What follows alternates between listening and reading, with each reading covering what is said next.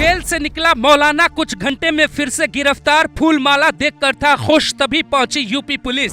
UP में योगी का ऐसा डर पहली बार दिखा। माला फूल बिकरा हथकड़ी लगाकर उठा ले गई यूपी पुलिस। योगी को दे रहा था खुली चुनौती। यूपी पुलिस ने दिमाग लगाया ठिकाने। अकेले जेल से आया, 19 लोगों के साथ जेल पहुंचा। ये फूल माला तैयारी, स्वागत का इंतजार और कुछ देर बाद पहुंची यूपी पुलिस और फिर शुरू होता है ड्रामा। आखिर ये मौलाना कौन है और जेल से छूटते ही फिर से गिरफ्तार क्यों कर लिया गया? ये वो तस्वीर जो इंटरनेट पे वायरल है। गले में जो गुलाब के फूलों से बनी माला है, उसमें यूपी पुलिस को कांटे का ताज क्यों सजाना पड़ा?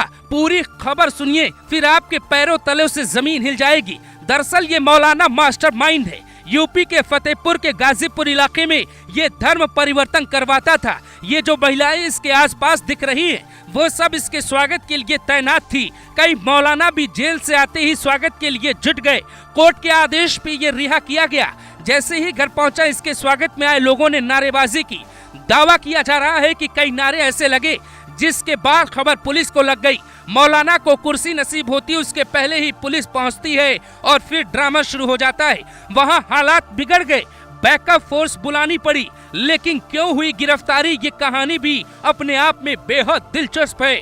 पुलिस को सूचना मिली कि वहां नारा लगाया जा रहा है, लड़ाई जारी रखी जाएगी इंशाअल्लाह। इसका मतलब यह है कि जिस जुर्म में मौलाना को गिरफ्तार किया गया था, वो दोबारा उसे करेगा। वो ना योगी से डरता है, ना कोर्ट से, ना ही यूपी पुलिस और ना ही सिंघम आईपीएस से। और ये बात जैसे ही पुलिस तक पहुंची, फतेहपुर के सिंघम आईपीएस ने पूरी फोर्स भेज दी। दावा किया जाता है कि मौलाना के स्वागत में जुलूस के दौरान कुछ महिलाओं ने नारा तकबीर और अल्लाहू अकबर के नारे लगाए। ये नारा मौलाना के घर नहीं, बल्कि जुलूस के दौरान शहर की अलग अलग गलियों में लगाए गए। इसका हिंदू संगठनों ने कड़ा विरोध किया। जुलूस चल ही रहा था, लड़ाई जारी रखेंगे इंशाअल्लाह कहने वाले वहां पे मौजूद ही थे। तभी पुलिस हथकड़ी लेकर कई गाड़ी पहुंच गई। तो सवाल उठता है कि मौलाना कौन है, इसे जेल में क्यों भेजा गया, इसकी रिहाई पे जुलूस क्यों निकाला गया? ये जानना आपके लिए बेहद जरूरी।